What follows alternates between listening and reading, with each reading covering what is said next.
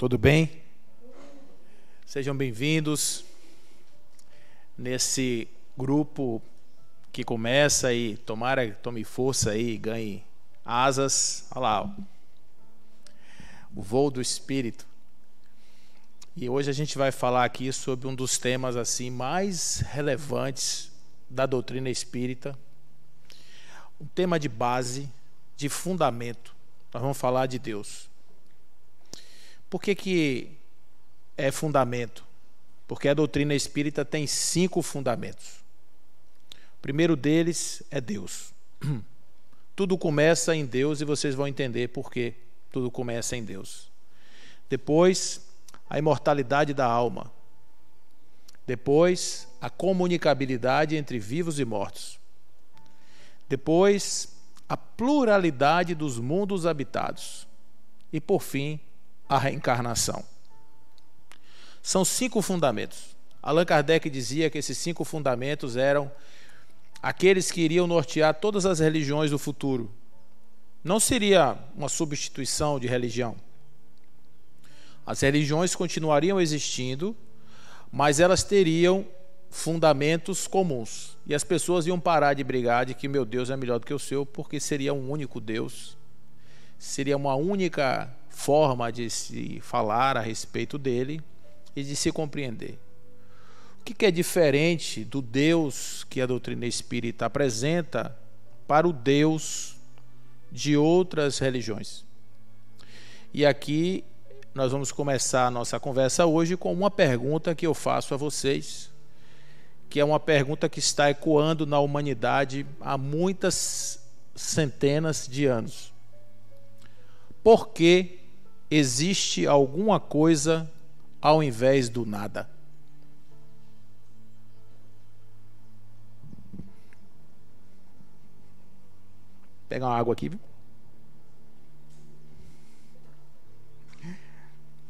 Hein, gente? Por que existe alguma coisa ao invés do nada?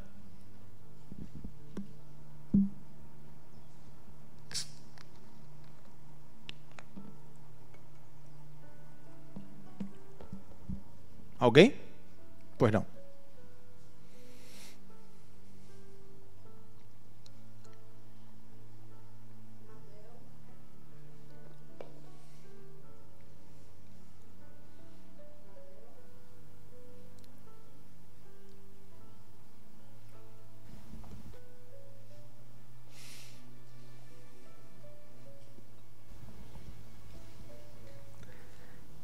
Boa noite. Boa Sou noite. Mabel. Eu acho que essa sensação, porque, não é? Existe alguma coisa do nada. Eu acho que é inerente ao ser humano a necessidade de acreditar. Daí, ao longo de toda a história da humanidade, as várias formas e as várias crenças.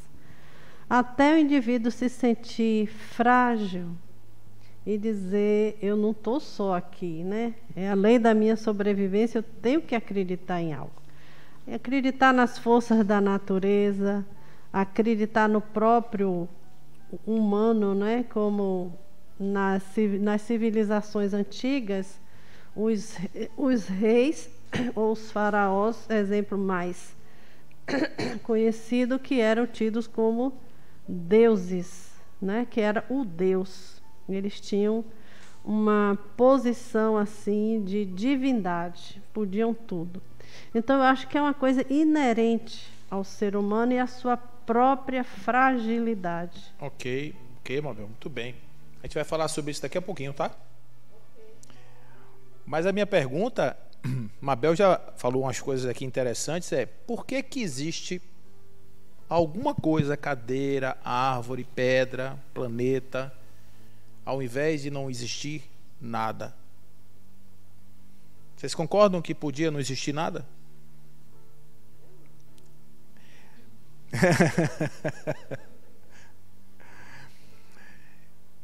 Essa é a pergunta que a mente perquiridora do homem faz quando ele olha a natureza. Ele vê a flor, ele vê a chuva, ele vê a pedra, ele vê a pessoa, ele vê o mundo, ele olha para cima, vê o universo. E quando ele está olhando tudo isso, a pergunta que ele faz é: quando é que tudo isso começou? Aí a ciência diz assim: começou no Big Bang. Mas o que a ciência não explica é por que o Big Bang aconteceu. Por que a singularidade se transformou em algo? Porque do ponto de vista da nossa cabeça, da nossa cognição, o nada não tem capacidade de criar coisa alguma. Não tem capacidade de combinar, não tem capacidade de gerar, porque nem vontade existe. O nada não tem nada. Seria um vazio absoluto de qualquer coisa, de qualquer força, de qualquer movimento, por isso não tem como. Então, quando ele vê que existe alguma coisa, ele diz: por trás dessa coisa que existe uma força que cria. E aí, entenda só que aonde vai a cabeça da pessoa. Eu vou trazer aqui um personagem bem antigo, Aristóteles. Ele dizia assim: tudo que se move porque algo o moveu. Qualquer criança fala isso. Por que isso aqui está rodando? Porque alguém botou para rodar. Então ele dizia: mas não é só isso, porque aquilo que botou para rodar, aquilo que está rodando, também foi movimentado por algo que vinha antes dele. Ou seja, fazendo uma digressão maior, você vai ter uma coisa que tem uma causa, que tem outra causa, que tem outra causa, e vai chegar lá embaixo, você vai encontrar uma causa que não tem causa. Passados muitos anos, São Tomás de Aquino vai pegar essa mesma ideia e vai dizer assim: tudo que se move porque algo moveu. E aí ele começa a fazer pensamento sobre como é que ele poderia, na razão, entender Deus. E ele diz assim: uma coisa não pode ser condição eficiente de si mesma. Ou seja, uma coisa não pode criar a si mesma. Tem que ter algo por trás. Não pode ser condição eficiente, nem pode ser condição necessária. Porque teria que existir antes de si mesmo. Imagine que eu fosse me criar. O que ia acontecer? Eu tinha que existir antes de mim, o que é uma impossibilidade. O que Tomás de Aquino quer fazer? Ele quer, através da mente, fazer aproximações sucessivas para entender o que não pode ser compreendido, o incognoscível, que é Deus. É um conceito que na nossa cabeça não entra. Por quê? Porque imagina uma coisa que nunca começou. Imagina uma coisa que não tem fim. Para um pouco e pensa para ver se cabe na cabeça. Tudo nosso tem começo, meio e fim. A gente tem uma cabeça que pensa assim, racionalmente, toda certinha. E aí quando você pensa que algo não existiu, não começou e tal, você fica: meu Deus, o que é isso? Mas imagina agora a agonia de um homem que não tem conhecimento sobre como funcionam as coisas, e ele também precisa entender como as coisas são. O que é que ele faz? Ele imagina que, do mesmo jeito que Tertuliano dizia: eu creio mesmo que seja absurdo, que outros dogmatizaram o conceito dessa força suprema, você vai encontrar o ser primitivo nos matos, lá nas florestas, adorando uma árvore, uma pedra, alguma coisa. Essa pessoa estava buscando homenagear essa força primeira, essa força causal, essa força que era para ele a suprema explicação de tudo. Por isso você vai encontrar numa civilização que não teve contato nenhum com seres humanos, você vai encontrar lá um processo dogmático estabelecido de algum tipo de veneração a deuses. Lá nas cavernas vocês vão ver as pinturas rupestres, vão ver seres grandes, pintados de forma diferenciada, representando a figura desses deuses, seres inclusive que eram espécies de humanos misturados com animais, representações simbólicas de uma força que a natureza humana não possuía no entendimento desse homem primitivo. E por isso, a criação de processos tão assim fortes a respeito dessa energia de Deus, e que fez com que houvessem muitas e múltiplas formas de se pensar em Deus. Lá no Egito, lá na Grécia, vocês vão saber, vocês sabem disso, né, que os deuses eram múltiplos. Então existia essa pluralidade de deuses, aonde você tem lá essa questão de Deus para vinho, Deus para chuva, Deus para terra, Deus para natureza. Para cada aspecto da natureza você tinha uma representação divina. E isso vai mudar quando no próprio Egito você vai ver um faraó trazer essa ideia do Deus Sol, que vai reunir todas as potências em uma única fonte, e é dessa fonte que vai sair aquele cidadão chamado Moisés. Vocês conhecem a história dele. E ele vai emigrar para trazer para nós aqui do Ocidente a ideia deste Deus único, centralizado, que nós entendemos nas religiões, que estão lá no Velho Testamento, nos diversos livros, essas citações a respeito deste Deus. O que é a característica desse Deus? Um Deus que intervém na criação. Um Deus que se mete na criação e que bota a mão lá e diz assim: eu vou consertar... Como é seu nome? Cristiane? Eu vou consertar o carro de Cristiane, que está quebrado. Aí Cristiane, quando está com o carro quebrado, Deus me ajude. Aí o carro começa a funcionar, graças a Deus. Este Deus que intervém na criação, esse Deus que se mete na criação, vai dar uma força enorme para um processo religioso, porque estabelece uma conexão com uma força através de uma canalização dogmática e diz assim: por aqui você se dá bem, porque aqui você conversa com essa força. Só que esta força, para que ela pudesse ser explicada por esse homem primitivo, ela foi antropomorfizada.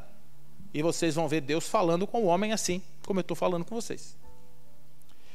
Então Deus falou com Abraão, Deus falou com Moisés, Deus falou com Noé, Deus falou com muitas desses personagens, como nós estamos aqui conversando. Apresentou para Moisés, inclusive, 10 leis em tábuas de pedra, para que ele pudesse ordenar o seu povo. Mas da mesma forma que ele fez isso, ele ordenou que se matassem muitas pessoas, que se conquistasse uma terra prometida, que não poupasse ninguém, nem os animais. Esse Senhor dos Exércitos, esse Deus voluntarioso, este Deus de vontade, esse Deus que impunha esse Deus etnocentrado, né, porque só o povo dele servia, nenhum outro mais servia, ele vai existir durante muito tempo, até chegar aquele pobre carpinteiro ousado, aquele homem disruptivo, aquele terrorista urbano chamado Jesus Cristo. Porque o que Jesus Cristo fez? Ouviste o que foi dito. Não matarás, porque quem matar será réu de juízo. Eu, porém, vos digo que todo aquele que pensar mal do seu irmão já terá cometido o crime e será réu de juízo. O que ele fez? Ele disse: não é aquilo que você faz, aparência, é o que você carrega dentro de você. É a sua essência. Não adianta você não cometer o crime. Se você quer matar a pessoa, você já está aqui, ó. Por isso mataram ele, porque ele era chato mesmo. Você já pensou se quebrar todo aquele sistema fácil, molinho? Você entra no templo, se você nasceu um menino, você quer abençoar o menino, você pega lá uma pombinha, entra no templo, pega seu dinheiro, troca por uma moeda chamada sheker, que era a moeda do câmbio do templo, compra um animal dentro do templo, no pet que tem lá, leva no altar, mata a pombinha e seu filho está abençoado. Não é mais fácil que isso? Se alguém entrasse com um boi no templo, tenha medo do que esse cara fez. Então, essa história de facilidade, Jesus complicou. E Jesus trouxe um outro Deus que não é vingativo, que não é zangado, ao contrário, é um Deus de amor. O Pai Celestial é amor. E tem uma segunda característica de Deus, que Jesus traz. Eu e o Pai somos um. O conceito da unidade: eu sou a videira verdadeira e meu Pai é o agricultor. Todo ramo que em mim dá fruto, meu Pai poda para que dê mais frutos. Todo ramo que em mim não dá fruto, meu Pai arranca. O conceito da unidade está em todo o ensinamento de Jesus.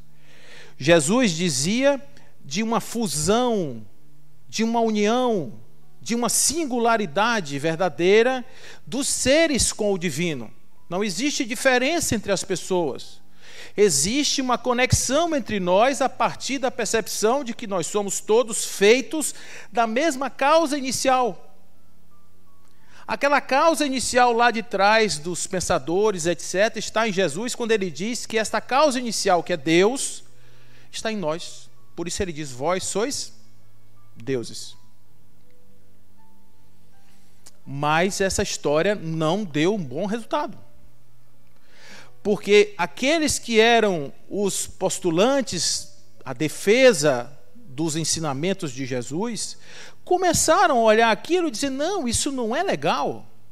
Como assim um homem é igual a Deus? E começaram a dizer: Jesus é filho de Deus, Jesus é divino.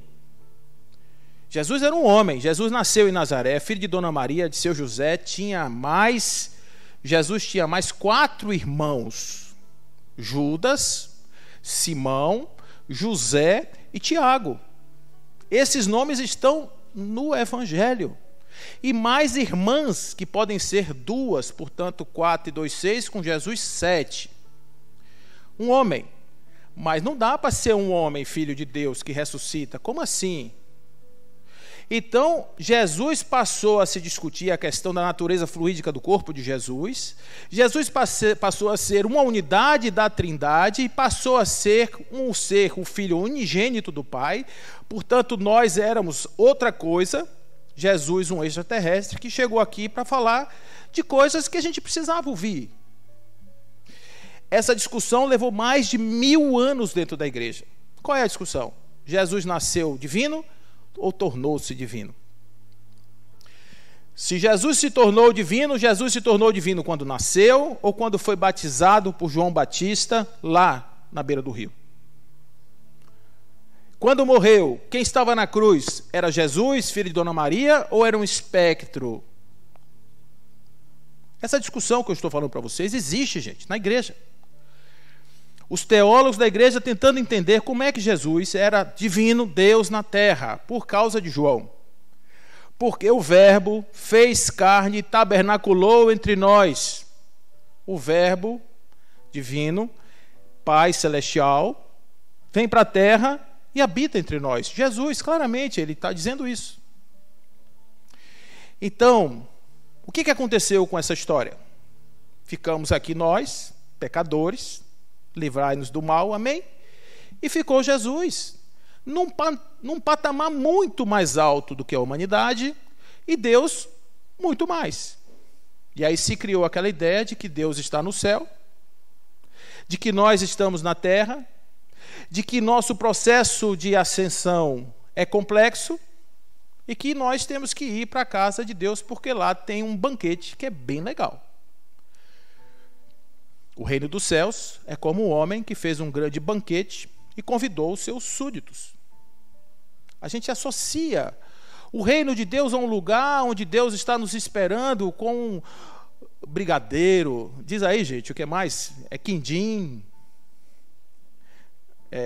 Como é? Ouro de sogra, né? Não tem negócio? Casadinho. Pão delícia. Então, essa ideia que a gente criou. Os espiritualistas, eles já estão numa outra pegada. O Oriente está em outra proposta. Porque Deus não está no céu. Deus não está num lugar sentado numa cadeira regulando a vida das pessoas. Deus, esse conceito teísta, esse conceito é um conceito teísta de que Deus se mete na criação, ele está impregnado na nossa cultura, gente. E a gente fica numa situação muito confortável, porque a gente fica sempre naquela ideia de que nós vamos ser salvos. Essa ideia da salvação é uma coisa muito forte na nossa cultura. Se não fosse assim, a teologia da prosperidade não estava tendo o sucesso que tem no mundo. Porque no fundo, o que a gente quer é resolver nosso problema aqui na terra e resolver nosso problema depois da morte. Eu nunca me esqueço, eu estava em Vitória da Conquista, na casa de uma tia, a moça que ajudava ela chegou muito feliz porque tinha comprado um terreno no céu. Outro dia na internet um rapaz estava vendendo um terreno no céu que você conseguia, quando você comprava o terreno, você recebia a coordenada de GPS do terreno, e se você não chegasse lá e não achasse, podia voltar que ele te devolvia o dinheiro. Vocês estão pensando que é piada minha, mas isso estava na internet. Então, no mundo tem lugar para tudo nesse espaço de chegar na vulnerabilidade da pessoa. Você está vulnerável, o que você quer mais? Um consolo. O colo. Você quer que o pai, que é o pai, que a gente imagina pai, aquele que 6 horas da tarde chega com pão em casa, que paga tudo, que resolve tudo, que é a força da casa, que se entrar um ladrão é ele que resolve. Esse pai é o pai arquetípico que a gente tem na cabeça. E quando a gente imagina Deus, a gente imagina ele. Aí você imagina Jesus chegando e dizendo assim, ó, não é bem assim. Para você chegar lá, você tem que ter o coração puro. Porque só quem tem um coração puro consegue ver a Deus. E o que é um coração puro? Não é um coração de uma pessoa inocente, não, o contrário.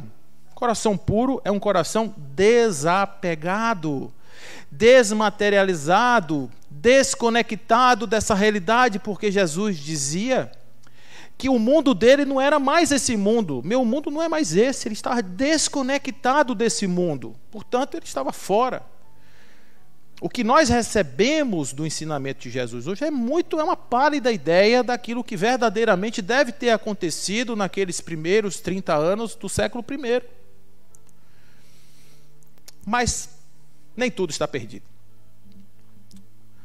Por volta aí dos anos 1900, 1800, começam a surgir aqui, acolá, no Ocidente, algumas manifestações despertando a ideia de que, para além da matéria, para além da vida, para além dessa questão que a gente dizia de céu, de inferno, dessas coisas todas, existiam outras possibilidades. Aí Swedenborg começa a imaginar uma colônia espiritual, George Valley-Owen começa a imaginar colônias espirituais, muito antes de Chico Xavier, muito antes até de Kardec, já começam a surgir essas ideias, já começam a vir espíritos trazendo mensagens através de pessoas simples.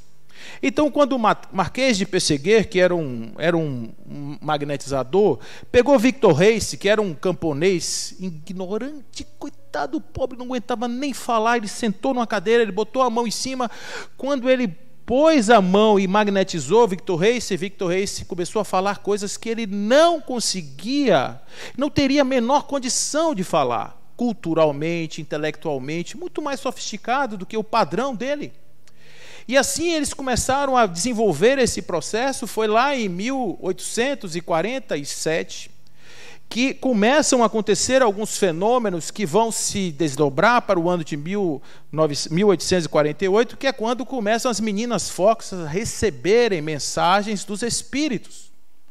é considerado ali o começo do chamado novo espiritualismo. Mas seria apenas manifestação espiritual se não houvesse um professorzinho que veio de uma escola baseada num princípio filosófico de Rousseau. Ele era aluno de Pestalozzi e ele simplesmente começou a estudar esses processos espirituais, conversava com o espírito, e quando ele vai escrever seu livro e vai publicar em abril de 1857, que é o Livro dos Espíritos, ele faz a pergunta de número 1 e a resposta não podia ser outra. A pergunta é: o que é Deus? E os espíritos respondem: Deus é a inteligência suprema e causa primária de todas as coisas. Olha lá.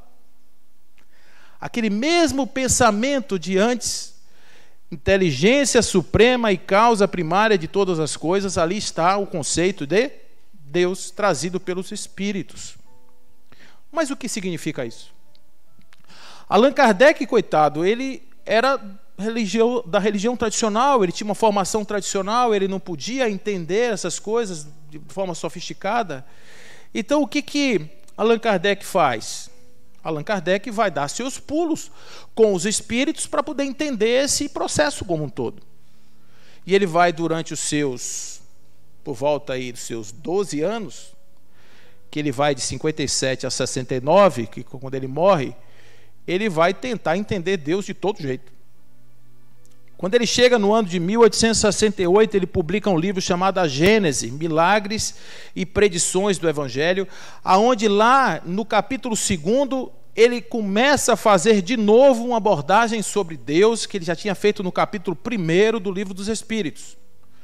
Então, lá nesse capítulo 2, onde é que chega Allan Kardec? Antes de falar sobre isso, eu queria falar sobre um conceito que estava em 57 e que não estava mais em 68. O conceito do panteísmo. Alguém sabe o que é isso?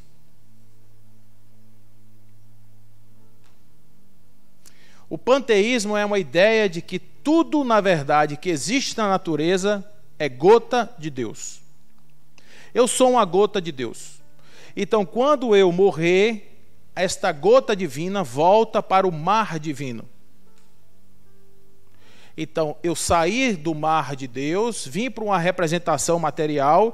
Quando eu acabar essa representação, eu volto para o mar de Deus. Isso é panteísmo. O que Allan Kardec se incomodava com isso? Porque se eu venho para cá e volto para o mar divino, me dissolvo no mar divino, o que aconteceu com tudo que eu vivi? O que aconteceu com os meus ensinamentos, com os meus aprendizados? Foram para onde? Foram dissolvidos. Então, a minha experiência na carne não valeu de nada. Então, o que eu vou fazer agora?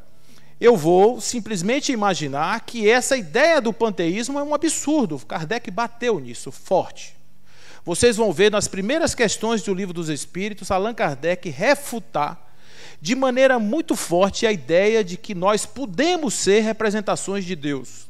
E você vai dizer assim: Allan Kardec não concordava com isso? Coitado, ele não tinha como. Porque quando os espíritos começam a trazer essa ideia de que tudo, na verdade, era uma coisa só, Allan Kardec imagina que há ali um princípio do panteísmo, e como ele não concordava com aquilo, por uma razão muito simples, porque o espiritismo é uma religião de progresso, de evolução, evolucionista. Então, como é que você evolui se você volta para uma fonte e se dissolve? Você tem que armazenar seus conhecimentos. Você tem que voltar, guardar o que você viveu, para quando você viver uma outra vida, você viver uma vida sobre aquela que você viveu. E aí você evolui. Então, nesse conceito, ele já começa dizendo: a ideia do fim do nada é um absurdo, porque isso não procede. Essa ideia materialista do niilismo, quando você morrer não vai para lugar nenhum, não acontece nada, isso é uma coisa muito ruim, porque os espíritos estão aparecendo, estão dizendo que eles viveram, que eles estavam aqui, que eram pessoas da Terra. Como assim? Aí eu faço até uma brincadeira em relação a isso, que é interessante, que é o seguinte: será que os católicos acreditam na vida depois da morte? O que vocês acham? Será que eles acreditam na comunicabilidade entre vivos e mortos? Não? Vamos lá. Quando a gente faz uma oração para Santo Antônio, a gente está fazendo oração para quem? Que já morreu. Se Santo Antônio não estivesse lá, eu ia fazer uma oração para quem? Eu acredito que ele está lá ouvindo as minhas preces. Se ele está ouvindo, eu estou me comunicando com ele. Ele chamava Fernando, quando viveu aqui, um médium. Ele está lá agora, vivendo no plano espiritual, e eu estou me comunicando com ele. Então, comunicabilidade entre vivos e mortos. Se você chegar lá no Evangelho e olhar o episódio do Monte Tabor, você vai ver Jesus conversando com dois espíritos. Quiz do Evangelho. Quem são? Elias e Moisés. Só para vocês terem ideia, a diferença ali de geração, Jesus para Elias, Moisés, uns 800 anos para um e 1.400 anos para o outro. Jesus está conversando com os dois, e os três aqui, Pedro, João e Tiago, estão olhando lá, e eles estavam tão impressionados que eles perguntaram assim: mestre, você quer que nós construamos cabaninhas para os seus convidados? Então, no Evangelho está lá a comunicabilidade entre vivos e mortos. Não precisa de nada. Então, observe que essa questão de fundamentos, isso no tempo de Kardec era difícil, hoje é menos. Porque hoje a gente tem mais liberdade. Porque se alguém falasse isso, Giordano Bruno, dos anos 1600, ele foi queimado vivo por coisas desse tipo. Então, se hoje houvesse ainda a mesma forma dogmática de se tratar esses assuntos, eu já não estava mais aqui, já tinha sido queimado faz tempo. Porque quando eu comecei a perceber a doutrina espírita e comecei a perceber Deus na doutrina espírita, eu comecei a ver que tem uma coisa diferente aqui. O que é o espírito? O espírito é o princípio inteligente do universo. O que é a inteligência do universo? É Deus. Então o espírito é o quê? O espírito é uma emanação de Deus. O espírito é uma emanação do divino que está aqui agora se representando na forma humana. Da mesma maneira que uma árvore é um princípio divino que está se realizando aqui na essência presencial. Da mesma forma que um mosquito é uma representação de Deus aqui no plano. Cada forma vem de uma essência fundamental única. Tudo origina da mesma fonte, tudo origina do mesmo princípio, tudo vem do mesmo lugar. Agora as coisas são diferentes por representações, por necessidades, por questões evolutivas. Por tudo isso, essas coisas se apresentam de forma diferente em todas as dimensões, em todos os planos, mas tudo emerge de uma única fonte. Essa fonte é Deus. Então, quando a gente começa a falar de espírito, a gente começa a dizer: aonde Deus está em mim? Aonde Deus está em cada um de nós? Vocês estão hoje meditando? Alô? Aonde Deus está? Deus está aqui nesse momento. Isso aí todo mundo sabe, né? Onde é que Deus está? No coração, né, gente? Deus não está no céu, não? E por que quando a gente fala em papai, a gente fala em papai do céu e não fala em papai do coração? A doutrina espírita me explicou que Deus está em todos os lugares, senão ele não é onipresente. Uma das grandezas de Deus é ele ser onipresente. Portanto, para ele ser onipresente, ele tem que estar em todos os lugares, em todos os momentos. Portanto, quando você quiser orar, Jesus dizia: se tranque no seu quarto interior, no seu aposento íntimo, que é a sua alma, e em secreto fale com Deus, que Ele em secreto fala com você. Deus sou eu, é você, somos todos nós, apresentados em formas diferentes por uma razão muito simples, porque nós somos instâncias conscientes de Deus, mas nós somos, conforme dizem os Espíritos, simples e ignorantes. Nós não sabemos disso. Por que nós somos maus? Somos maus? Não, não somos. Os Espíritos dizem, vocês não são maus, vocês são ignorantes.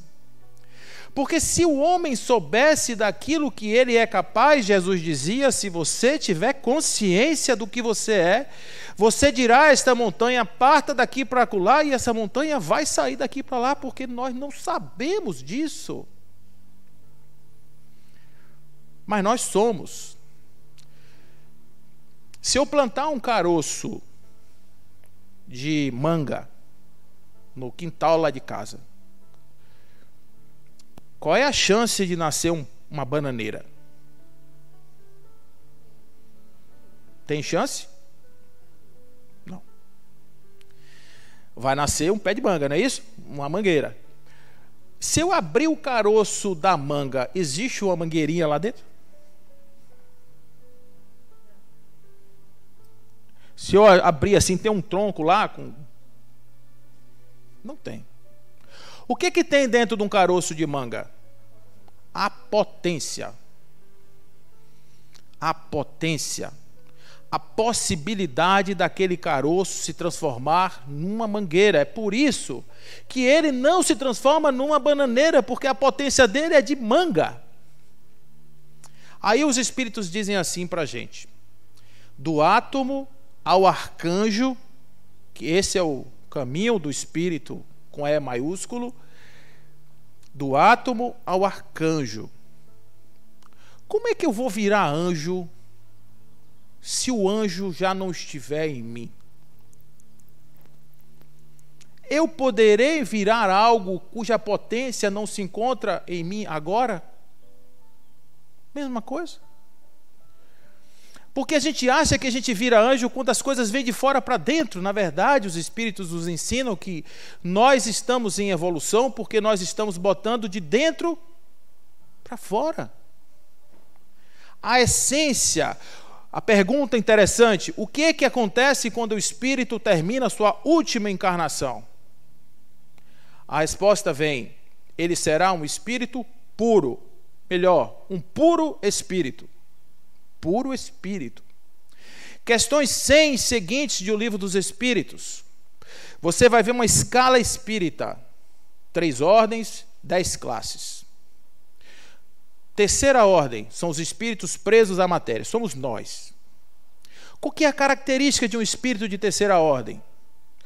Ele tem o seu corpo maior do que o seu espírito. Ou seja, o seu espírito, enquanto manifestação, é submisso às vontades do corpo. No Evangelho segundo o Espiritismo, o Espírito Lázaro vai dizer: no começo, instintos, depois, sensações, depois, sentimentos. Sentimentos vão gradando até chegar ao ápice, que é o amor. Não o amor no sentido vulgar do termo, mas esse sol interior que condensa em seu ardente foco todas as grandezas e todas as aspirações sobre-humanas. É evolução. Questão 132 de O Livro dos Espíritos. Qual é o objetivo da encarnação? O objetivo da encarnação é fazer os espíritos chegarem à perfeição. O que é a perfeição? É o estado em que o espírito não tem mais o que fazer, atingiu a sua plenipotência.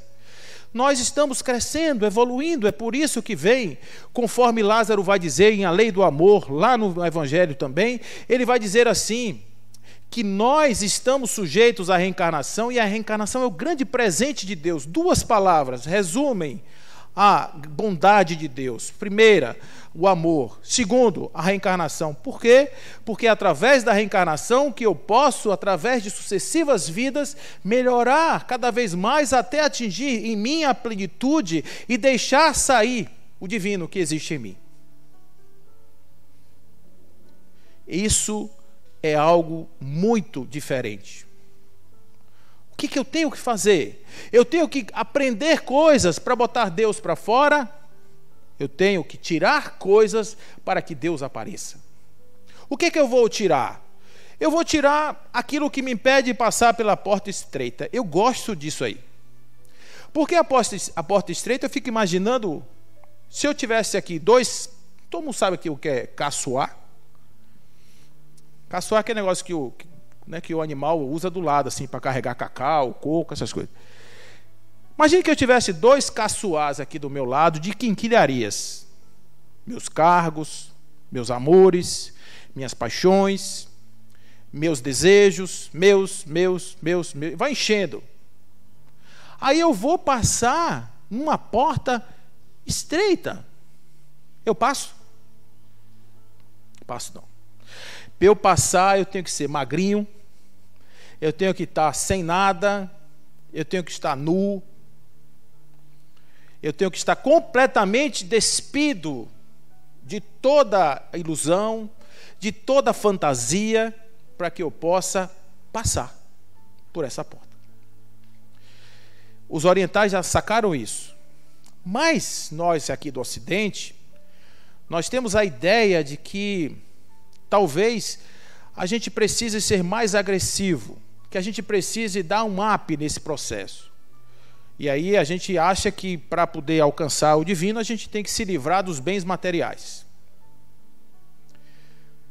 Quem acha que é isso? Levanta a mão. Vocês não acham, não? Pois disseram isso para a gente. Lá tem uma passagem do rico e do Lázaro, que você vai ver o rico, quando chega lá no plano espiritual, ele está lá na casa do pai Abraão, o pobre do Lázaro lá agora, vestido, pensa uma roupa arrumada, aquela roupa de linho com bordas douradas, e ele está no meio de uma fartura com o pai Abraão, e o pobre do rico está lá comendo lama. Aí ele diz assim: pai Abraão, pede para Lázaro molhar a ponta do dedo e trazer aqui para mim com uma gota de água, que eu estou morrendo de sede. E o pai Abraão diz assim para o rico: nem Lázaro pode ir até você, nem você pode ir a Lázaro. Entre vocês tem uma distância intransponível. Aí diz assim: poxa, rico, né? É mais fácil um camelo passar no fundo de uma agulha do que o rico entrar no reino dos céus. Vocês nunca ouviram isso? Só que os espíritos, olhem como eles desconstroem esse negócio. Eles disseram assim: vivam como o homem do mundo. Vivam como deve viver um homem do mundo. Se submeta às coisas do seu tempo, viva tudo, mesmo as coisas mais frívolas, mas faça tudo de uma maneira tal que as possa santificar. Então o problema não é você se livrar das coisas do mundo, o problema é você saber viver com as coisas do mundo. Então, para que você possa começar a ser esse ser espiritual que vai começar a tirar essas camadas que impedem que Deus apresente-se para o mundo, você não precisa se livrar das suas coisas, ao contrário, você simplesmente precisa desapegar. Mas não é só das coisas, é de si mesmo. Se desapegar, inclusive, das ilusões, da ilusão da separatividade, que existe eu, que existe você, que existe um espaço entre nós. Não existe nada que nos separe, porque nós somos conectados por uma única fonte. Se nós somos a origem divina, nós viemos de uma única fonte, nós somos conectados assim. E se nós formos olhar lá na frente, no futuro, talvez nós sejamos uma única coisa, como Jesus dizia: eu e vocês somos um. Então, essa ideia de que nós somos separados é uma ideia ilusória. A ideia da separatividade é uma coisa que nos angustia muito. e nós temos essa necessidade uns dos outros, buscamos os outros, a necessidade de sermos aceitos, de estarmos aqui em comunidade, de estarmos sendo reconhecidos. Agora mesmo, essa sociedade pós-moderna aí com Facebook, todo mundo dedinho para cima, mostrando lá suas imagens e tal, a lagosta que comeu no final de semana, e todo mundo querendo o quê? Likes, aceitação, ser reconhecido. Isso é nossa carência, mas no fundo, isso é ilusão. Porque nós não somos isso. Nós somos espíritos, com E maiúsculo, vivendo experiências humanas. A carne é ruim? Não, faz parte do espírito. O corpo faz parte do espírito. O corpo é uma representação do espírito. Vocês vão ver que quem cria o corpo é o espírito. Através do seu pensamento, plasmando no perispírito, ele cria o seu próprio corpo.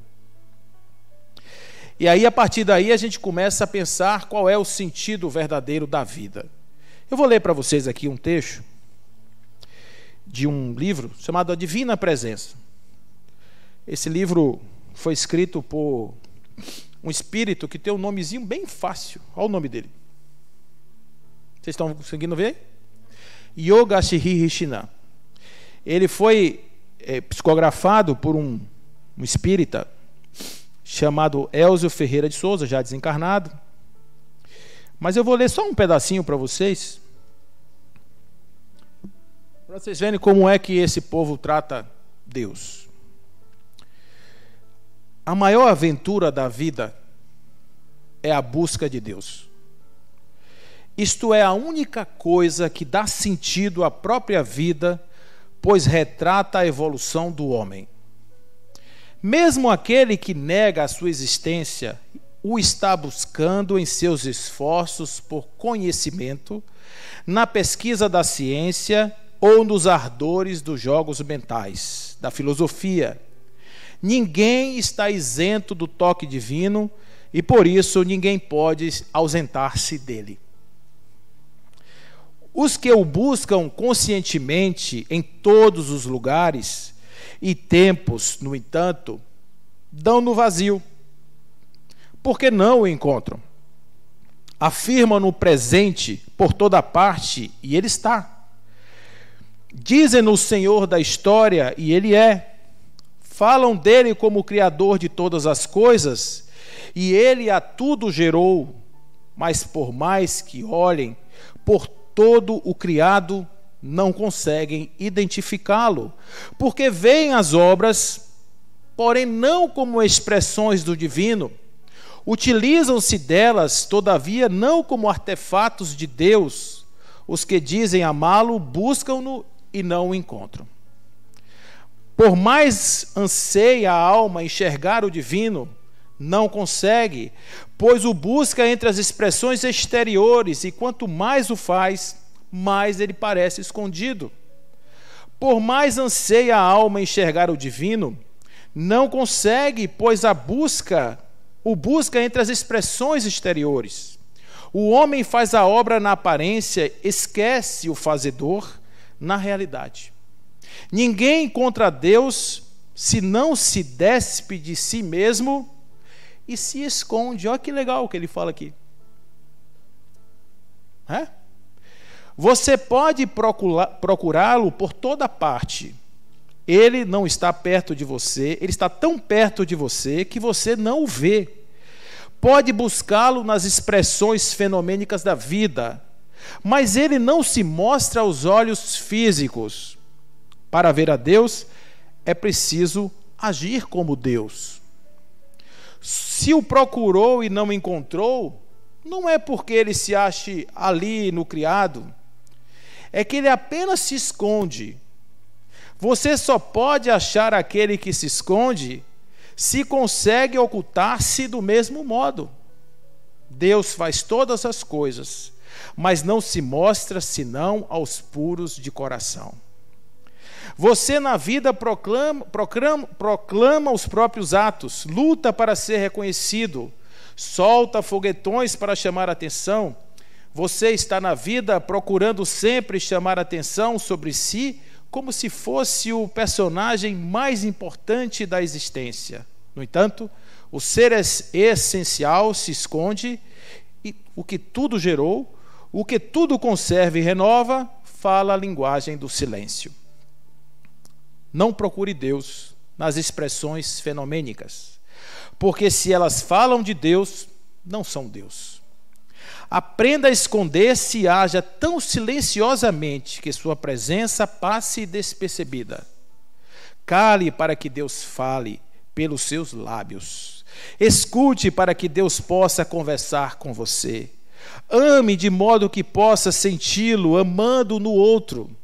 Quanto mais for para o oculto de si, você mais se aproximará de Deus. Só quem se esconde na realização das obras, sem deixar de agir e espalhar o bem, pode achá-lo e senti-lo no seu esconderijo de amor pela humanidade.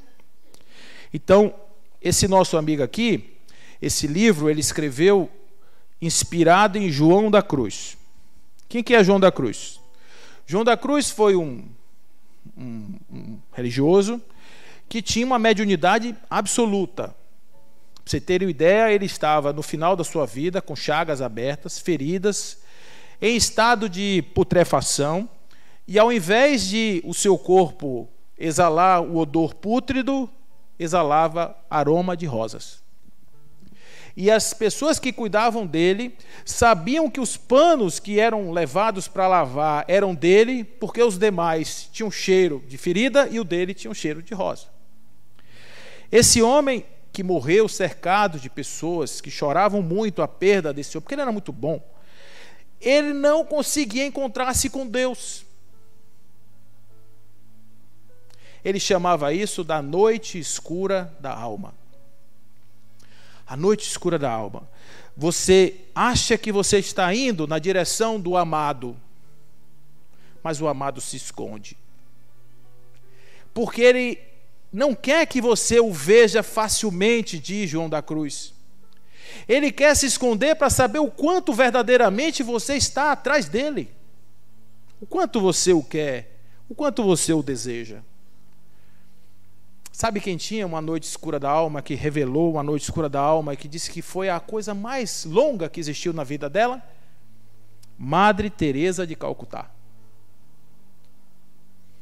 Porque você acha que você está no caminho e que você procura do lado e Deus vai estar aqui. Não tem uma passagem que diz que em um determinado momento eu andava na areia e via 4 pegadas e de repente via somente 2, significa que você me abandonou? Não, naquele momento era eu que te carregava nos braços. Não é isso que acontece. Eu via 2 pegadas, quem era? Você mesmo.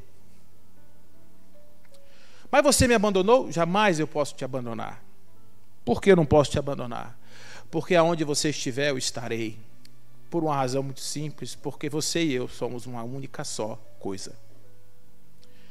Mas para nós aqui na Terra, nós queremos ver Deus, e aí Madre Teresa dizia: meu Deus, traga para mim uma luz para os meus aidéticos. E Deus não falava com ela como falou com Abraão, com Moisés, com Noé. Não. Mas mandava flores humanas que a ajudavam no seu trabalho. Essas flores humanas não eram cochichadas no ouvido dela, vá lá ajudar a Madre Teresa. Não, as circunstâncias, as energias, os atratores humanos faziam com que essas pessoas se unissem numa causa única. Quando você olha pela janela, você não precisa olhar para o céu, pode olhar para onde você quiser olhar. Você vai ver Deus. Você vai ver Deus na chuva, você vai ver Deus no sol, você vai ver Deus na água, vai ver Deus nos prédios, vai ver Deus na inteligência do homem, vai ver Deus até em determinadas coisas que parece que Deus não está presente. A maldade, por exemplo, tem pessoas que dizem: Deus não é bom porque permite o mal. E aí Yogananda escreve um livro chamado Por que Deus permite o mal? Isso tudo está muito quente na discussão das pessoas. Deus não permite o mal porque Deus não tem consciência do mal. O mal é o resultado da ignorância, assim como a escuridão é a ausência da luz. Não há uma criação do mal, há uma ausência da presença. E toda vez que essa ausência da presença está presente, está gerando ali um desequilíbrio, e o desequilíbrio faz parte da lei. Nós estamos no desequilíbrio e é o desequilíbrio que leva-nos a crescer, a evoluir. A dor nos ensina. Por isso que a gente sofre, porque a gente cresce com ela, a gente aprende com ela. Isso é desequilíbrio, faz parte da lei, não tem nada de ruim nisso, é maravilhoso. Mas para quem está nesse caminho, buscar Deus, fechar os olhos e tentar imaginar aquela presença no pé da cama, dizendo assim: e aí, o que é que você deseja hoje? Big Mac ou Mac Chicken? Não vai ter. É por isso que a doutrina espírita é uma doutrina de autonomia, gente. Não é de heteronomia. O que uma doutrina faz com você? Enche seu coração de certezas de quem você é, para que você possa entender que os seus problemas você consegue resolver porque você pediu para tê-los. Pode parecer absurdo isso. Eu pedi para ter isso. Essa quantidade de boleto em cima de minha mesa. Pediu. Nas suas escolhas, no seu caminho, faça um caminho para trás, você vai descobrir que você construiu aquilo lá. Agora, por que aquilo está ali? Para lhe machucar, para lhe causar um prejuízo? Não, está ali para que você pense. O quanto você depende disso, o quanto isso realmente é importante na sua vida, o quanto isso realmente significa para você. Então, quando a gente começa a perceber que Deus não nos abandona nunca, porque Allan Kardec, olha só como ele evoluiu nesse processo. Ele batia no panteísmo lá no Livro dos Espíritos. Quando chega no livro da Gênese, no capítulo 2, ele diz: não existe um ser, por mais ínfimo que seja, que não esteja totalmente impregnado do fluido divino. Ou seja, o fluido divino está em todos os lugares. Nós estamos dentro deste grande manancial de Deus. Em Deus nos movemos, em nele estamos. Dizia Paulo de Tarso de Verdade, lá de Damasco. Esse processo dessa compreensão, isso é maravilhoso, gente. Porque a gente começa a ter essa ideia de que eu posso caminhar para dentro. Eu posso caminhar para dentro de mim, encontrar um horizonte quase que infinito de possibilidades. O ser humano, ele tem uma ferramenta incrível na sua construção, que é o poder de dizer não e o poder de dizer sim. Vou fazer uma pergunta aqui para vocês. Se amanhã de manhã vocês quiserem acordar, quarta-feira, dia 4 ou 5, amanhã, 4 de agosto de 2021, e disser assim: a partir de hoje eu vou amar incondicionalmente. A partir de hoje, eu vou perdoar todas as ofensas que me fizerem. A partir de hoje, eu não mais flertarei com o mal, no sentido das minhas próprias viciações mentais. A partir de hoje, eu caminharei exclusivamente em direção à luz. Estou colocando aqui um exagero, tá certo? Não é para ninguém fazer isso não, que não rola não, que não dá. Quem te impede?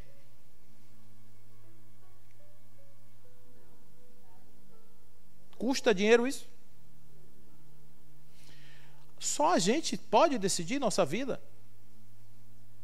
Então, quer caminhar em direção à luz? Presta atenção nas construções, porque o que eu planto hoje, eu colho amanhã.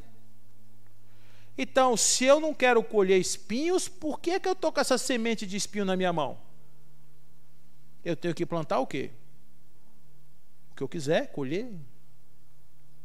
Mas às vezes a vida é assim.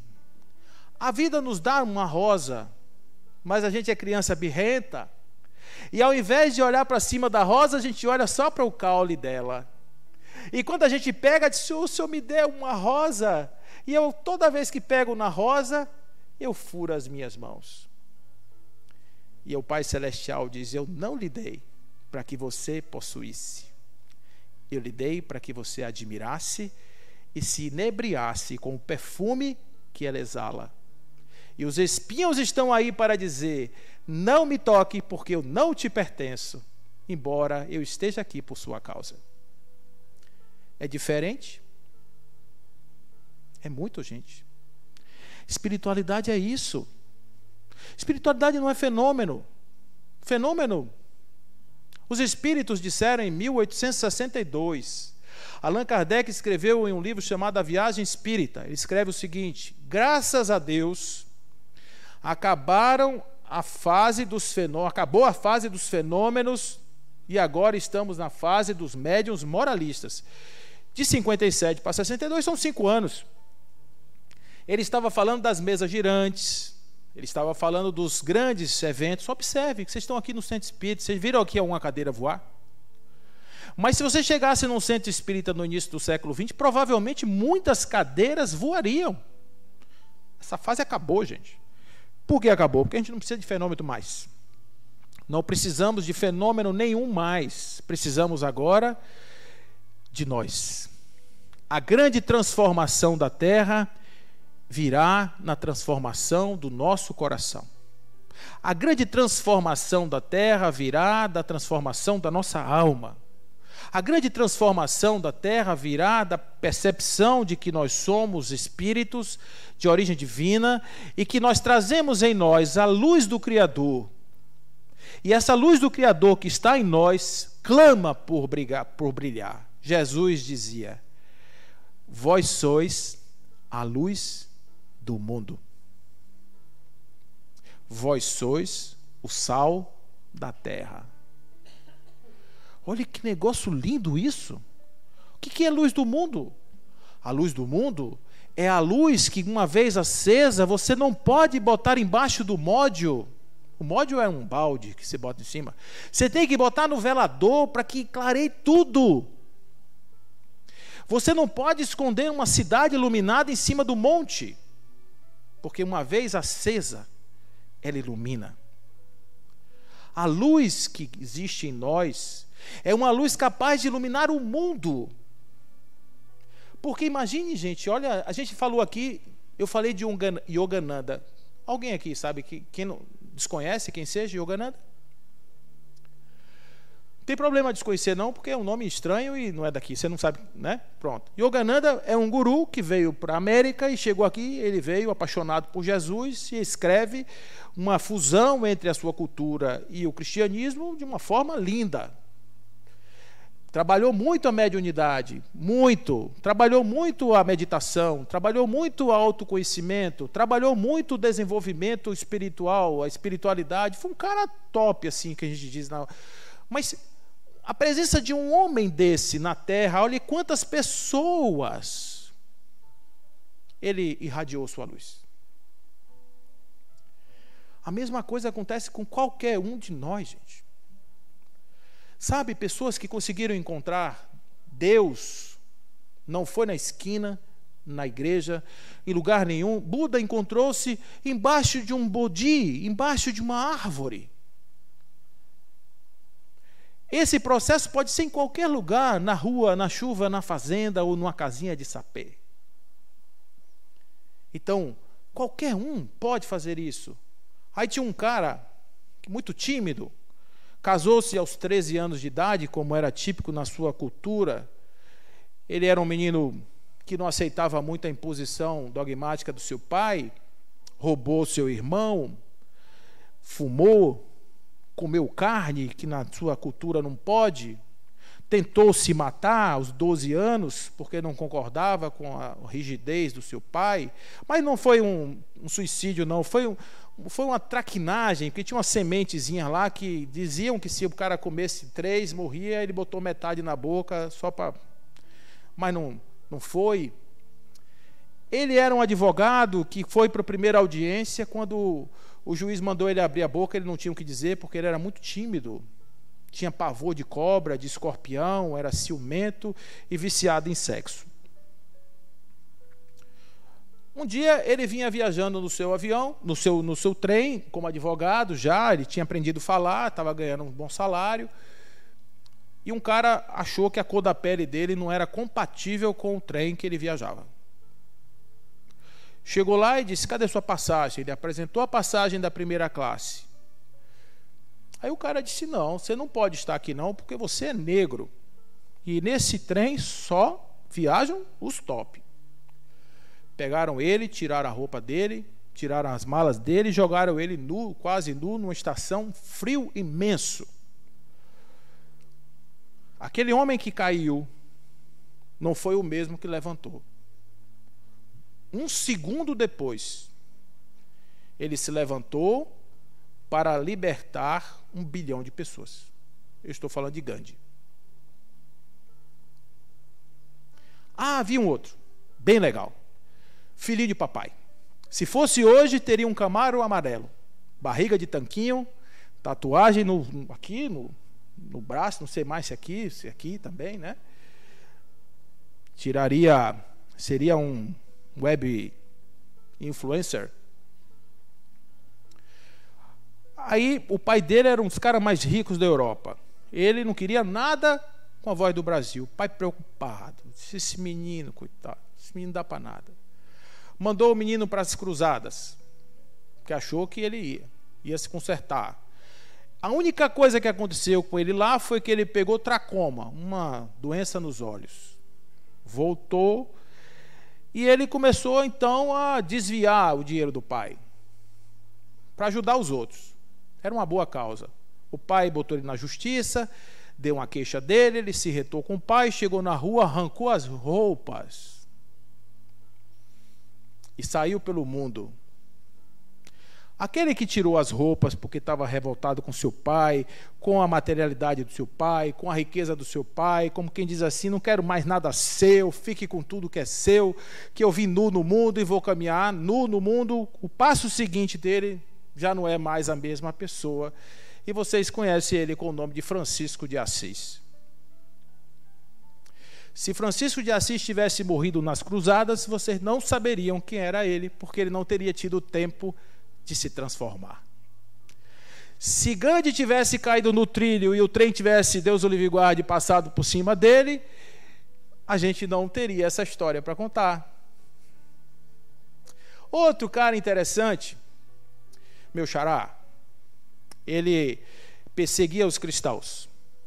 Péssimo. Ele era um advogado, um doutor da lei, um cara cheio de razão, e ele ficava muito zangado. Como é que vocês largam esse arcabouço lindo de teoria para se envolver com um carpinteiro, pobre analfabeto, cara que chega aqui falando umas blasfêmias, umas coisas loucas. E aí Emmanuel, lindamente, convido vocês a lerem esse livro, Paulo Estevão, de Emmanuel, se não fizeram já. Ele conta as entrelinhas dessa história, que não estão, claro, nos livros, no Atos dos Apóstolos.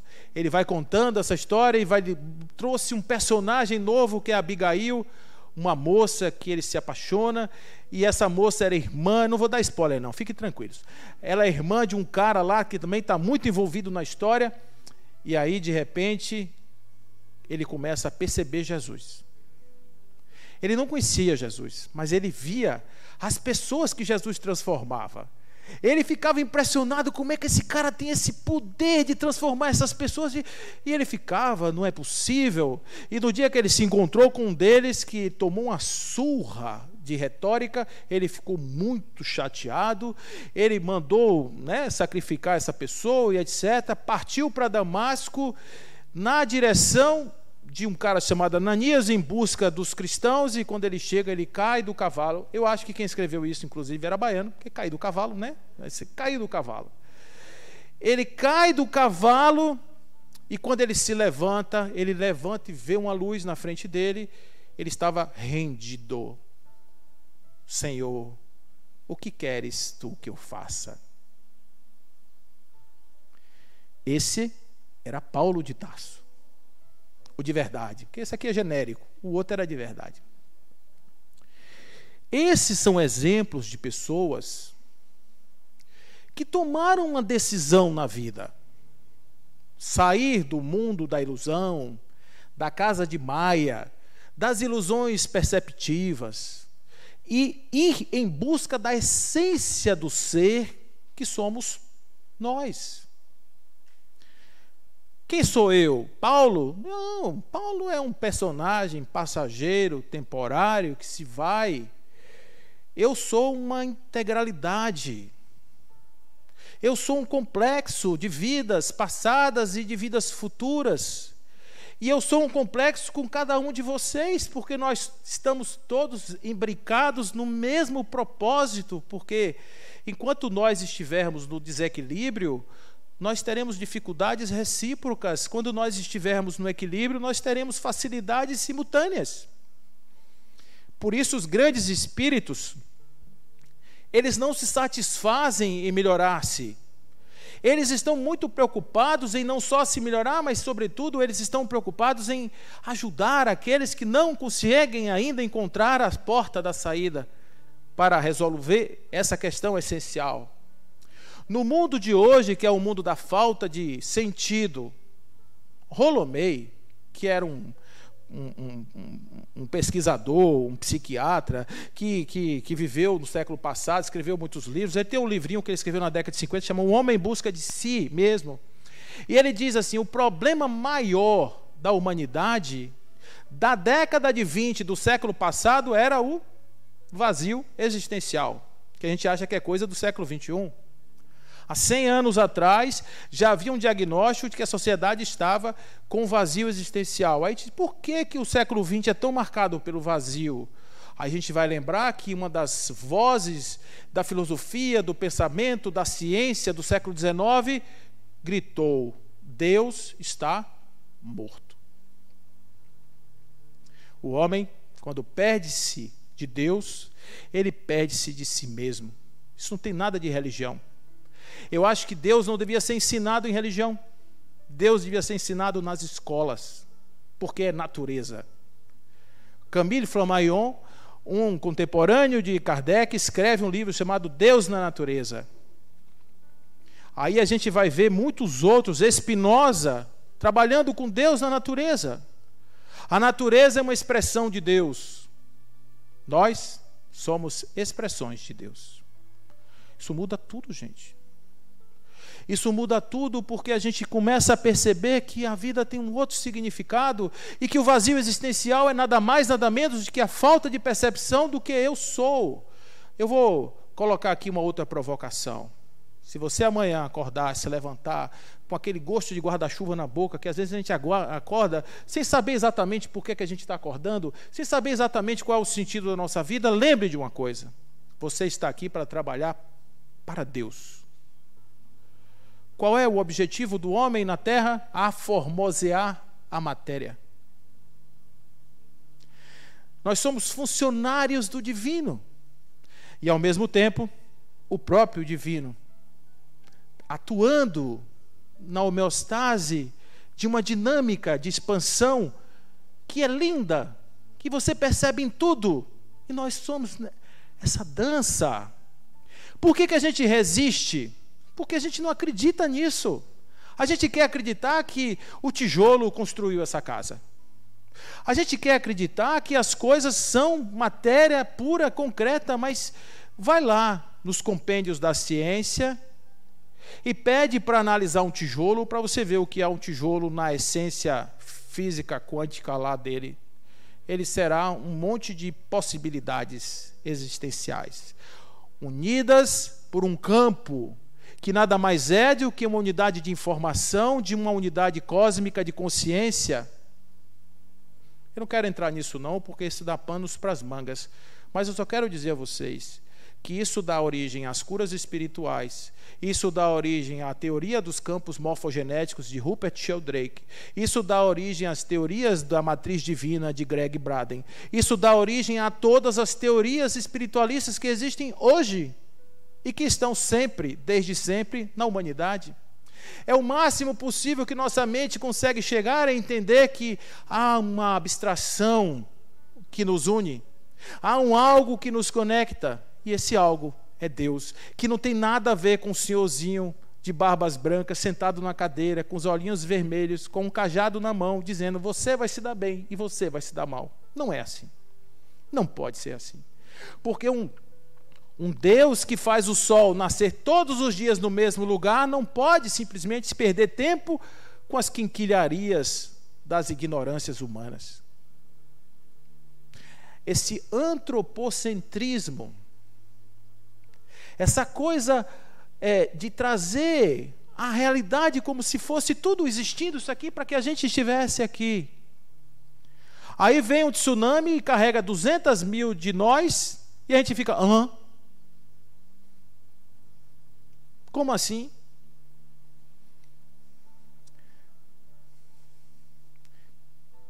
Não. Foi a melhor coisa que eu pude dizer quando as minhas indagações me levaram à doutrina espírita. Aqui eu encontrei respostas. A doutrina espírita não me apresentou Deus, não trouxe, eu nunca vi nenhuma imagem divina apresentada numa reunião mediúnica. Mas eu vejo Deus no brilho de cada olhar. Eu vejo Deus em cada sorriso, em cada lágrima, cada queda, cada soerguimento. Eu vejo Deus na pedra, eu vejo Deus na formiga, eu vejo Deus na lagartixa. Eu crio lagartixa na minha casa. Vocês acreditam nisso? Tenho 2, tem até nome. Elas ficam lá o tempo que elas quiserem. Eu respeito a natureza, porque quando eu respeito a natureza, eu estou respeitando a mim. Porque eu estou aqui hoje, mas eu já estive lá. De alguma forma eu já estive lá. E se eu quiser abstrair muito a minha presença, eu vou estar lá de novo e vou sentir o equilíbrio da perfeição da natureza em mim, restabelecendo as minhas forças, me trazendo de novo para o meu eixo, tirando essa ilusão de que eu sou um cara porque eu sei escrever. Gente, eu já fiz muitas coisas. Hermínio de Miranda, ele fala sobre Fenelon, As 7 Vidas de Fenelon, um livro muito legal. E ele contando as reencarnações desse espírito que ajudou na codificação, foi da igreja, ele foi canonizado 2 ou 3 vezes em vidas diferentes. A última encarnação dele era como um psicanalista frio. Erlo von Waveren, é o nome dele. O cara frio. Aí você diz, mas esse cara não foi santo 2 vezes? Santo é coisa nossa. A gente que acha que consegue mandar na hierarquia do céu. E a gente fica não só satisfeito em criar os cargos da terra, a gente ainda quer criar cargo no céu. Espiritismo é leveza. Espiritismo, Allan Kardec tinha muito cuidado com esses dogmas, porque ele dizia, a verdadeira religião, a verdadeira fé, é aquela que consegue encarar a ciência frente a frente, em qualquer tempo, sem medo. Eu falei alguma coisa aqui para vocês que seja dogma? Eu falei alguma coisa aqui que dependa de fé? Eu falei aqui uma coisa a vocês, de uma coisa que hoje eu não acredito, eu sei. Paulo, você já mudou sua vida em direção a esse rumo? Não. Sabe por quê? Porque cada um tem seu tempo, gente. Cada um tem seu caminho.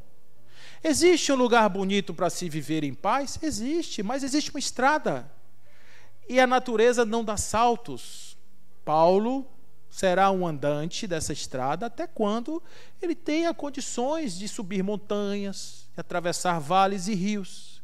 Mas enquanto isso, eu sou um observador, e os meus olhos de criança ficam assim, desejando, mas ciente do meu tempo. Por isso não tenham pressa, não. Vivam como homem no mundo, se submetam às coisas do seu tempo, aceitem a natureza, se aceitem. O primeiro passo para a gente abrir a porta do eu é se aceitar. Porque quando eu não tenho medo de olhar para dentro, eu vou. Mas se eu tiver lá dentro um monstro que eu não quero ver, eu não vou. Simplesmente isso, eu fico inventando personagens para fugir de mim.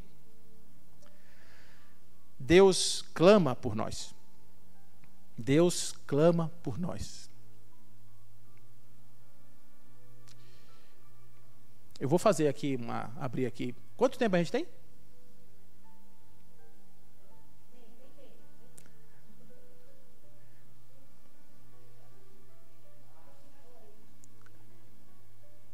Quanto tempo?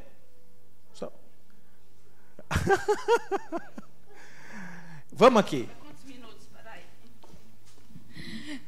Você tem ainda, deixa eu ver quantos minutinhos. 7. Tem uma meia hora quase. Pronto, ótimo. Então vamos trocar umas ideias aqui. Eu quero ouvir vocês.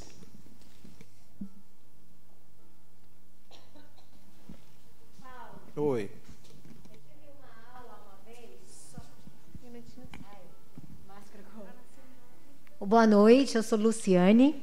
Prazer estar aqui, imenso, com todos vocês, principalmente com o Paulo, que é o de Tarso de agora, né? Porque de fato essa história é belíssima, eu também já li. E quem não leu, tenha o livro Paulo de Tarso, Paulo e Estevão ao lado. É incrível, é incrível. Muda tudo, muda mesmo. E eu tive um grande professor, que ele agora está nas estrelas, né? Ele está em outro plano, acredito que você o conheça, Antônio Saja, nosso grande mestre. E uma das aulas que eu tive com ele, ele adentrou a sala, eu gostava muito de estar com ele, né? Filósofo, teólogo, e se você souber, professor de filosofia, imenso, uma alma, meu Deus. E ele escreveu Deus bem grande na lousa e simplesmente entrou em silêncio e deixou toda a sala em silêncio. Silêncio muitas vezes incomoda, né? Incomoda, aliás. O silêncio, ele grita, porque ele nos incomoda, porque ele grita para dizer oi. E todo mundo, né? Aquela coisa, e pega papel, e pega isso, e pega aquilo, pergunta, e ele, ó... Daquele jeitinho, ele trazia água de casa, não bebia outra água. E ele passou, isso tem muitos anos, e aí ele riscou, ele se escreveu a palavra eu dentro de Deus. Fechou a porta e disse: até a próxima aula. Foi assim, foi lindíssimo, e eu queria também compartilhar com vocês, porque para mim também foi incrível, porque eu olhava Deus, né? Eu olhava ali e nunca atinava com o eu dentro da palavra Deus. E dentro, né, de todo esse processo, e daí foi, e aí, enfim, né? Ele disse: nos vemos nas próximas aulas. Né? Como quem diz, deixe suas perguntas para quarar. Vamos quarando as nossas roupas, porque pergunta demais também não dá. Deixa lá. As e palavras aí não explicam. E aí, seguindo disso, um grande outro professor também, que é o Jorge Albuquerque de Vieira, né? Ele é um físico, tem livros muito interessantes também. Ele faz o cruzamento justamente com a física, a cosmologia e os nossos átomos. Sim. Essa biologia, né? E também, assim, com grande humildade que eu vos digo isso, porque, de fato, são coisas lindas. Quando tem o Caetano, que traz Somos Estrelas, e trazendo isso tudo de Deus, eu, né, que é essa potência divina que exige trabalho e serviço, porque não tem descolamento. E eu acho que quando a gente se descola, a gente se divide. É o que eu tenho nas minhas humildes caminhadas e tropeços e caídas. E aí ele nos diz, num prefácio de seu livro, que ele traz a física com a cosmologia, juntamente com a ciência e a dança. Um físico, ele é professor da PUC, Antônio Jorge Vieira de Albuquerque. E ele começa: somos poeira de estrelas. O carbono 14, que está na constituição das estrelas, também está no nosso tecido ósseo. Então é um grande mar. Isso. Né? Essa poeira que nos traz. De conexão. Olha que negócio interessante. Obrigada. Essa ideia da imortalidade e essa ideia da transcendência é algo que antigamente se pensava o seguinte, que os seres imortais seriam imortais porque a essência constitutiva do corpo, a poeira das estrelas, quando o corpo perdia a sua consistência, elas migravam para outras formas. Então imagina o seguinte: o homem é imortal. Por quê? Porque a matéria que o constitui, quando deixa de constituir o seu corpo, vai constituir uma chave de fenda, um parafuso. Isso não consola. Vocês concordam comigo que isso não consola? Outra forma de imortalidade é você chegar ali num prédio e botar uma placa. Esse prédio foi construído, ou então viaduto Raul Seixas. Porque o nome está imortalizado. Na Academia Brasileira de Letras, os imortais. Mas tem muito imortal que já morreu, não tem? Tem.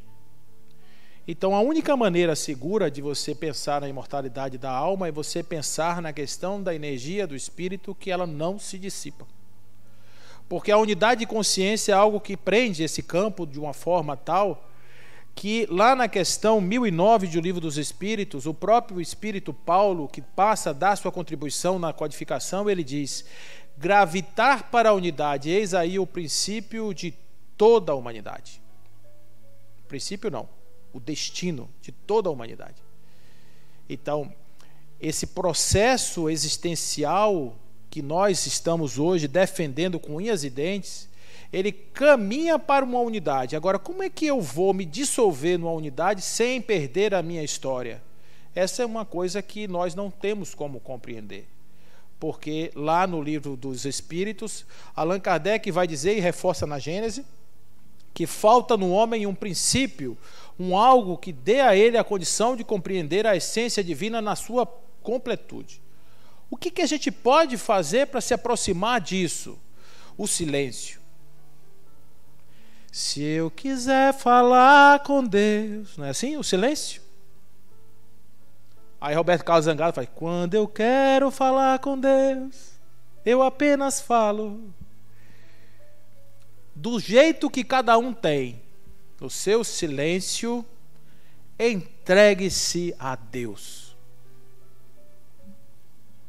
Não é um ato de fé, não, gente, é um ato de sabedoria. Deixe dançar a sua vida no balé cósmico da harmonia. Por que existe dor? Vocês já pensaram por que existe dor? Quando você joga uma pedra no lago, o que acontece na superfície do lago? Forma ondas, aquela confusão, a água fica mexendo. Aí você para e de repente aquilo ali vai ficando calmo, sereno, absorve até as pedras, mas a água fica calma de novo. Vocês já imaginaram que nós sejamos lagos constantemente agredidos? E por isso as ondas parecem tão confusas para a gente não vê o fundo, a gente fica perdido, a gente bebe água, a gente se afoga. A lei de harmonia é assim. A lei de harmonia diz que a natureza vai agir sobre o desequilíbrio para trazer de volta a condição do equilíbrio. Então, por que a dor? A dor é a natureza trazendo você de volta para o eixo harmônico da sua própria caminhada. Quer sofrer menos? Pare de agredir a lei de harmonia, que é uma lei divina. Se entregue a Deus. Sorria com Ele, caminhe com Ele, sinta a presença dEle, aonde em cada célula do seu corpo, em cada pedaço da sua existência, em cada momento da sua. Por isso que estar presente é fundamental para o ser humano, gente. Hoje, essa coisa do atenção plena é uma coisa muito importante numa sociedade que nos distrai o tempo inteiro. A gente está comendo, preste atenção na comida e troque ali as suas energias. Vai beber água, sinta aquela água entrando no seu corpo e você se misturando com ela e ela nutrindo suas células e você até dizendo: ó, minhas amigas, aí um pouquinho de água para vocês ficarem mais lubrificadas. Harmonia é a palavra. Então, não estamos falando de autoajuda. Estamos falando de natureza, estamos falando dos princípios da natureza, dos princípios da mecânica da vida. E isso qualquer pessoa pode fazer. Qualquer pessoa pode fazer. E aí a gente começa a dizer assim: como é que Jesus mandava eu amar o outro, amar a mim mesmo e amar a Deus. Amar a Deus sobre todas as suas forças, com todo o seu entendimento, com toda a sua alma e com todo o seu espírito. E ao próximo como a si mesmo. Aí o pessoal diz assim: 3 amores. Ama Deus, depois você ama você, porque se você não amar você, ninguém lhe ama. Depois você ama o outro, porque você só pode amar o outro se você amar você. Não faz essa conta assim? Vocês já ouviram essa análise assim? Eu não, desculpa, mas eu nunca tive essa vocação de pensar nisso desse jeito. Se a gente pensar em tudo isso que a gente conversou hoje, a gente vai pensar o seguinte: por que Deus está na frente? Porque quando eu amo Deus, Jesus tinha uma forma de falar de amor que é diferente. Para Jesus, amor é confiança. Se você me ama, você faz o que eu estou te pedindo. Não era assim que ele falava? Se você me ama, você segue ao que eu te peço. Então, é confiança. Confiar. É como diz Rabindranath Tagore: a confiança, a fé, é um pássaro que canta da madrugada com a certeza que vai amanhecer. Então, quando a gente confia em Deus, quando a gente ama Deus, a gente consegue sentir Deus se espalhando em tudo. Aí quando eu olho para você, como é seu nome? Neide? Eu vejo Neide como pessoa, mas eu posso ver Neide como princípio divino? Eu posso ver Neide como um princípio perfectível de Deus? Eu posso ver Neide como um espírito que um dia vai ser um anjo, se é que não já é? Posso também. Mas se eu olhar para Neide e ver Deus, e eu estou apaixonado por Deus, como é que eu não vou me apaixonar por Neide? Apenas eu estou enxergando em você mais do que você. Eu estou enxergando nela o que ela é, e não o que ela aparenta ser. A mesma coisa a mim. Se eu olho para mim e dentro de mim eu enxergo aquele a quem eu já amo, logo eu me amo.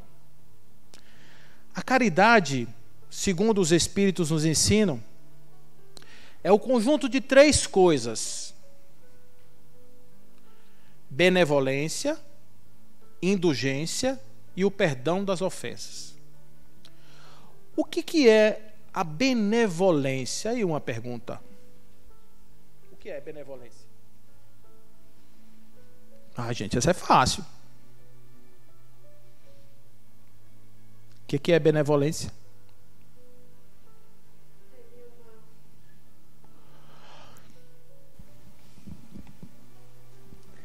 A benevolência seria, por exemplo, as pessoas estão discutindo, ou está havendo um conflito, ou está havendo um desentendimento entre 2 pessoas, até mesmo, às vezes, isso acontece muito na área familiar, né? Aí você diz: fulano, seja benevolente. Ou seja, compreenda, procure alguma coisa no sentido que você falou agora, dessa metáfora que você fez com Neide. Sim. Né? Veja o que há no outro, olhe o outro. Isso. Eu entendo benevolência assim. Eu vou guardar a sua explicação para a minha segunda pergunta, que ela é perfeita para a minha segunda pergunta. Que vem depois. Isso, porque nós estamos na sintonia, você não sabe como. Porque você está me ajudando muito. Olhe, a benevolência, vou explicar para vocês não esquecerem mais. Seu Bené tem 3 filhas. Seu Bené: benevolência, beneficência e benemerência. São 3 filhas de seu Bené. O que é benevolência? Volência, de volitar, tem a ver com vontade. Então, a caridade tem como fundamento a vontade de fazer o bem. Então, não é fazer o bem. Fazer o bem é beneficência. E benemerência é ser merecedor do bem. Então, benevolência é vontade de ajudar. Você pode ajudar sem vontade? Pode. Tanta gente que faz isso para ganhar um lugarzinho no céu, ganhar bônus hora. Não é assim? Mas benevolência não é isso. Benevolência é você ir em direção ao outro porque você quer. Porque você sente necessidade. Isso é benevolência. Então, benevolência é em relação ao outro. Eu tenho vontade de ir ao seu encontro. Eu estou sendo benevolente com você. Para fazer o bem. Depois, indulgência. Tudo que você falou. A indulgência é quando você olha uma situação e você é convidado a ver outra. Não uma distorção, não uma distração, não uma dissonância. Você vai ver outra coisa porque outra coisa também existe. A questão da rosa. Você vai olhar a rosa, você olha para os espinhos ou olha para cima da rosa. É uma opção de onde você quer olhar o problema. Então, quando você vai conversar com uma pessoa e a pessoa está desequilibrada, você pode dizer, que pessoa desequilibrada, que coisa horrorosa, não sei o que, tal. Ou então você pode olhar para ela e dizer, o que será que aconteceu com essa pessoa hoje para ela estar nesse estado, de que forma eu posso ajudá-la? Você sai daquela condição da vítima e passa a ir para um outro lugar. É a maneira de ver o mesmo problema. Isso é indulgência, é quando você olha a pessoa e tenta enxergar nessa pessoa algo mais do que aquilo que está aparente ali. E a terceira coisa da caridade é o perdão das ofensas. O que é perdoar?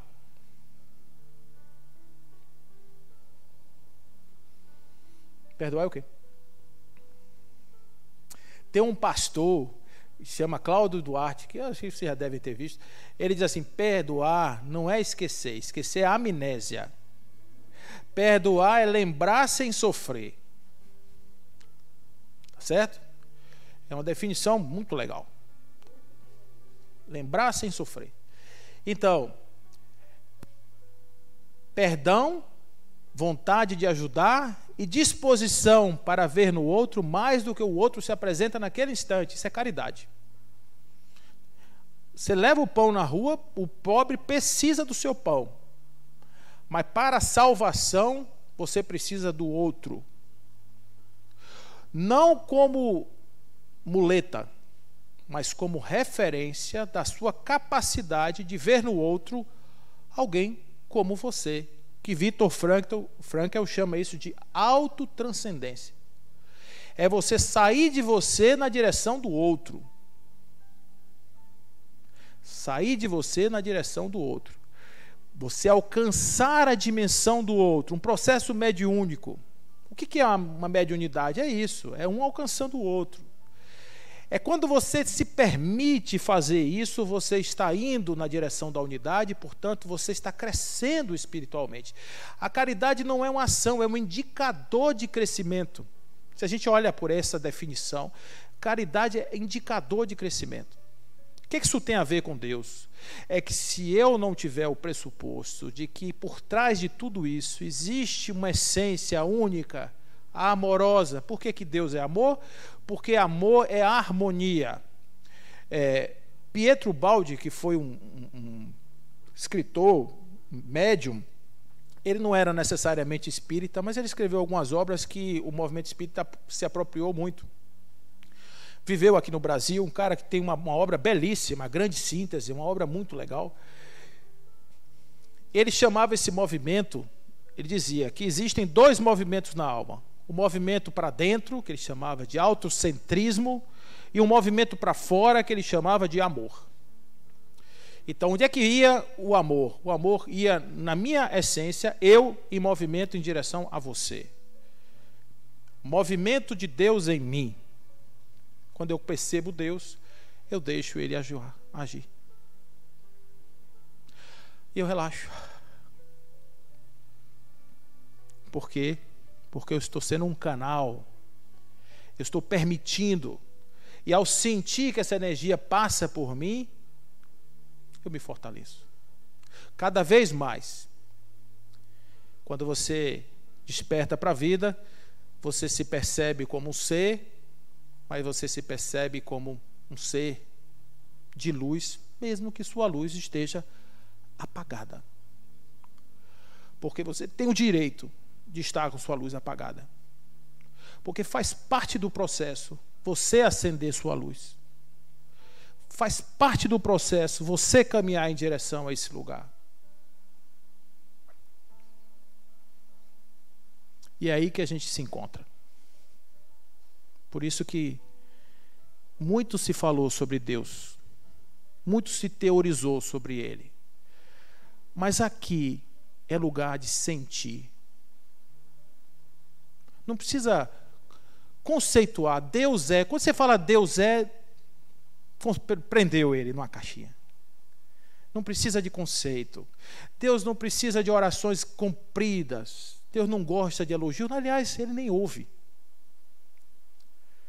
Porque é a sintonia. O silêncio eloquente. Essa é a nossa proposta, gente. Calar um pouco, falar menos, ouvir mais, sermos mais humanos. Porque nós temos uma prerrogativa. Os animais são perfeitos. Por que um animal é perfeito? Porque eles já atingiram o grau máximo da sua existência. A abelha é perfeita porque ela faz tudo que a abelha pode fazer. Vocês não vão ver a abelha fazendo fórmula química. Vocês não vão ver, porque não é isso da natureza dela. Nós somos contingentes, mas temos a potência da perfeição e a coisa melhor do mundo. Nós somos convidados por Deus a assistir a nossa própria viagem em direção a nosso destino.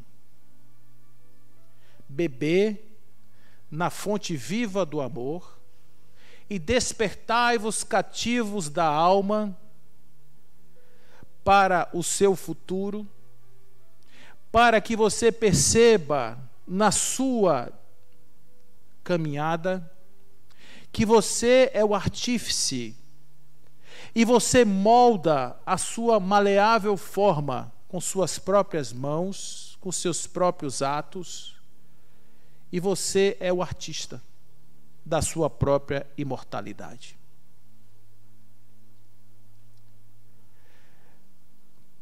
Ele diz assim: preparai-vos cativos da alma para se lançar no colo daqueles que vos criou fracos, para que vos torneis fortes, e que quer vos torneis os artífices das vossas próprias imortalidades.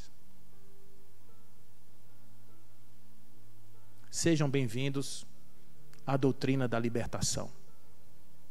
Sejam bem-vindos a vocês, ao incrível mundo do eu, à incrível potência da alma. Sejam bem-vindos ao voo do Espírito. Sejam bem-vindos, seres humanos, à sua humanidade. Sejam bem-vindos, deuses na terra, à sua divindade. Entreguem-se e sejam felizes. Parem de brigar com Deus. Deus não fala, Deus não manda recado, Deus não pune. A única coisa que Ele faz é querer que a gente vibre como Ele. Lá no Evangelho, só para a gente finalizar a nossa conversa, tem uma parábola que para mim é a top das tops. Ela só não é a melhor, porque para mim a maior parábola que tem no Evangelho tem poucas palavras. O reino de Deus é como uma mulher que botou fermento na farinha até levedar. É isso aí. Para mim é a melhor. Mas tem uma. Era um cara que tinha um papai rico, bem rico. E tinha um irmão trabalhador, que gostava do pai, que ficava do lado do pai, o mais velho. E um dia eles teve uma ideia: por que eu vou ficar aqui trabalhando nessa roça? Se meu pai é tão rico, eu quero dinheiro, eu vou gastar tudo, me dê tudo. E chegou para o pai e disse: meu pai, não vou esperar você morrer não, me dê a parte que me cabe na obra, na minha parte, da minha herança, e eu vou viver uma vida que eu acho que eu mereço viver. Aí o pai, tá bom. Porque o pai é muito bom, o pai dele, bom demais. Disse, tá bom. Não é como esse pai que a gente está falando aqui, que ele só diz sim. Deus só diz sim. Ah, eu quero fazer isso, sim. Eu quero fazer aquilo, sim. Mas eu quero fazer o contrário, sim também. E aí ele foi. Gastou tudo. E começou a passar muita necessidade. A mendicância, comendo bolota de porco, ração de porco. Aí ele lembrou que na casa do pai dele, o mais simples comia melhor do que ele. Aí ele disse, filho mais? Não, por quê?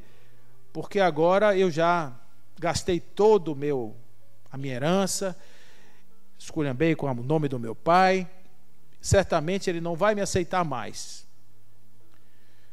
Mas eu vou pedir a ele um emprego para comer melhor do que eu como hoje. E certamente ele não vai me negar. Foi em direção à casa do pai dele, e quando chegou lá, o pai estava na porta. Uma túnica, uma sandália que lhe colocou nos pés, um anel no dedo, chamou os empregados e disse, vamos fazer uma festa, porque meu filho que estava morto, renasceu. Meu filho que estava perdido, foi reencontrado. O filho mais velho disse, meu pai, o que você está fazendo? Esse nos abandonou. Fique tranquilo, que o seu lugar já está garantido. Esse pai amoroso que aguarda pacientemente por cada um de nós está aí na porta da nossa casa, esperando por nós, para que a gente possa voltar. E tenho certeza que na hora que a gente voltar, será tão grande a alegria, será tão grande o momento de satisfação, que nós teremos imediatamente a vontade de fazer como Bezerra de Menezes, que quando se encontrou com um grande expoente da espiritualidade, Celina, e ela lhe fez uma oferta, era um aniversário do seu desencarne, e ela disse, agora você pode reencarnar em qualquer lugar que você queira.